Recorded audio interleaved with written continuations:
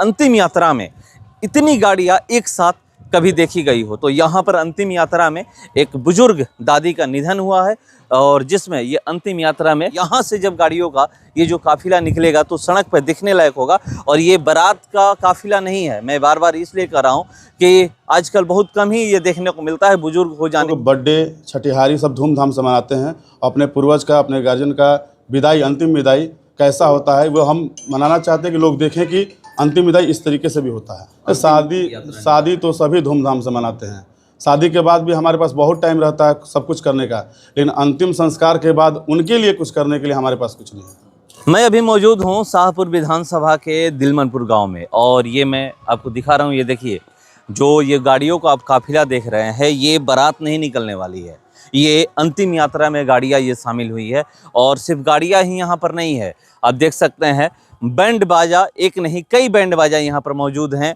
एक यहाँ पर बज रहा है, एक वहाँ पे बज रहा है, आगे जाइएगा तो और 4-5 मतलब 10 बैंड बाजा यहाँ पर मौजूद हैं, एक दो नहीं है। यहाँ पर रोजा संगीत है तो आगे कोई और संगीत है, कोई आगे जाइएगा तो और संगीत है।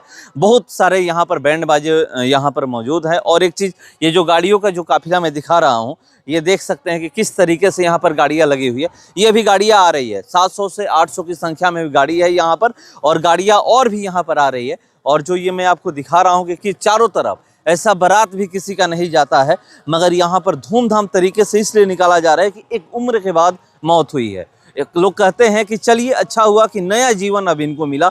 88 साल की उम्र में मौत हुई है और रमेश पांडे की दादी हैं, उनकी यहाँ पर मौत हुई है। और उसके बाद ये जो मैं आपको दिखा रहा हूँ कि चारों तरफ ये गाड़ियाँ निकल रही है। मौत तो दो प्रकार की, एक आप भी देखते हैं कि एक मौत ऐसा होता है कि जो सब कुछ उजड़ जाता है, कुछ रहता नहीं है वहाँ पर, मतलब दुखों के सिवा कुछ भी नहीं दिखता है। मगर यहाँ भी दुख हुआ है, मगर ये दुख कुछ और ही है। यहाँ पर जो ये अंतिम यात्रा में ये जो गाड़ियाँ आप देख रहे हैं, जब गाड़ियाँ यहाँ से निकलेगी ड्रोन कैमरे से शूट किए जा रहे हैं, एक नहीं कई ड्रोन कैमरे यहाँ पर बुलाए गए हैं।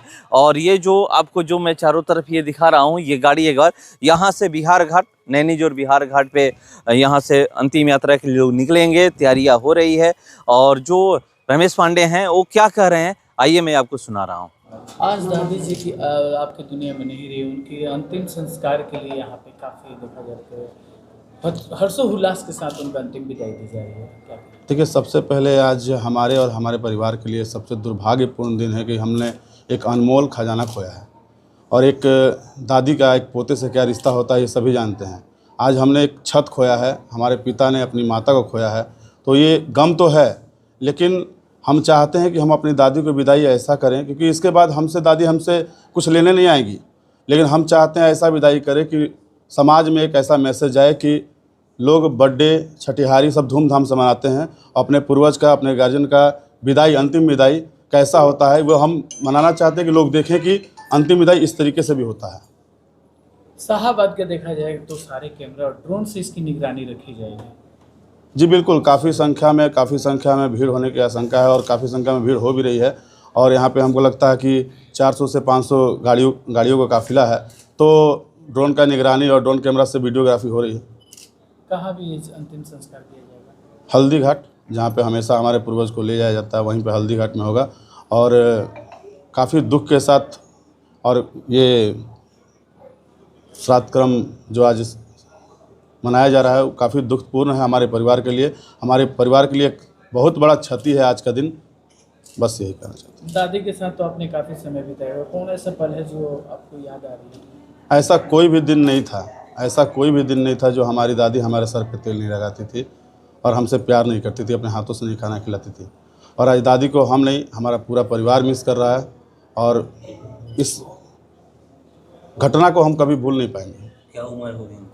लगभग 87-88 साल उम्र होगी दादी की। बारात भी ऐसे नहीं निकलता है जिस तरीके से ये शादी तो सभी धूमधाम से मनाते हैं।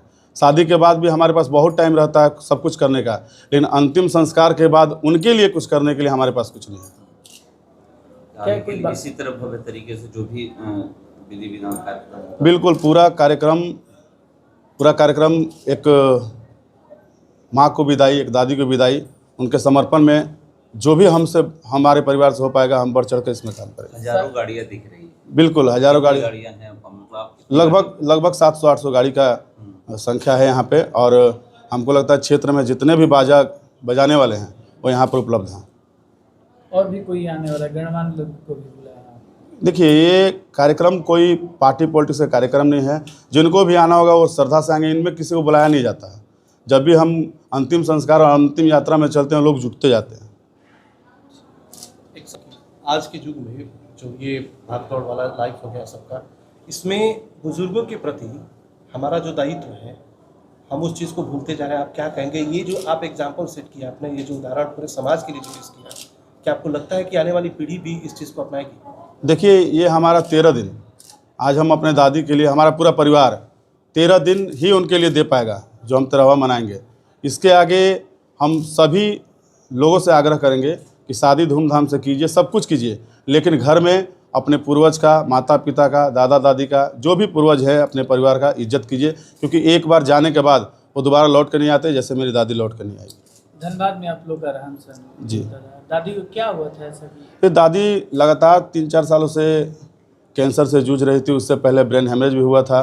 तो कैंसर से लड़ते लड़ते बहुत साल दादी लड़ी, और लड़ने के बाद कल सुबह 8 बजे उनका सारा कार्यक्रम कहाँ से हुआ? सारे कार्यक्रम बस हमारे निवास स्थान दिलमनपुर, यहीं से होने वाला। आपने सुना कि क्या कह रहे हैं, और करने के पीछे रीज़न यही है कि अपने बुजुर्गों को याद किया जाए, उनको अपनी यादों में रखा जाए, उनका कहना है। और होना भी चाहिए, क्योंकि आजकल आप देख रहे होंगे किस तरीके से लोग भूलते जा रहे हैं अपनी मतलब बुजुर्गों को, पीढ़ियाँ। मगर यहाँ पर एक चीज़ देखने को मिला कि उन्हीं का दिया ये सब कुछ है। उनका कहना है कि उन्हीं के दिया है, अगर वो नहीं रहती तो शायद ये सब सारा कुछ नहीं रहता, तो उन्हीं का दिया हुआ है। इसीलिए उनकी अंतिम विदाई जो है हम लोग ऐसे इस तरीके से कर रहे हैं कि वो हमारी यादों में रहें। और जो 13वीं होने वाली है, 13वीं में भव्य तरीके से 13वीं किया जा रहा है कि अलग अलग दिन कुछ ना कुछ ऐसा होता रहेगा कि उनको 13 दिन इस तरीके से याद किया जाए कि वो हमारी यादों में बस जाए। ये कहना है रमेश पांडे का। और जो ये फिर से एक बार दिखा दे रहा हूँ कि यहाँ से जब गाड़ियों का ये जो काफ़िला निकलेगा तो सड़क पर दिखने लायक होगा। और ये बारात का काफ़िला नहीं है, मैं बार बार इसलिए कह रहा हूँ कि आजकल बहुत कम ही ये देखने को मिलता है। बुजुर्ग हो जाने के बाद भी इस तरीके का काफ़िला बहुत कम देखने को मिलता है कि अंतिम यात्रा में इतनी गाड़ियाँ एक साथ कभी देखी गई हो। तो यहाँ पर अंतिम यात्रा में एक बुजुर्ग दादी का निधन हुआ है, और जिसमें ये अंतिम यात्रा में 700 से 800 गाड़ियाँ शाहपुर विधानसभा के दिलमनपुर गांव से यहाँ से निकलेगी और नैनी जोड़ के बिहार घाट जा करके वहाँ पर अंतिम संस्कार होगा।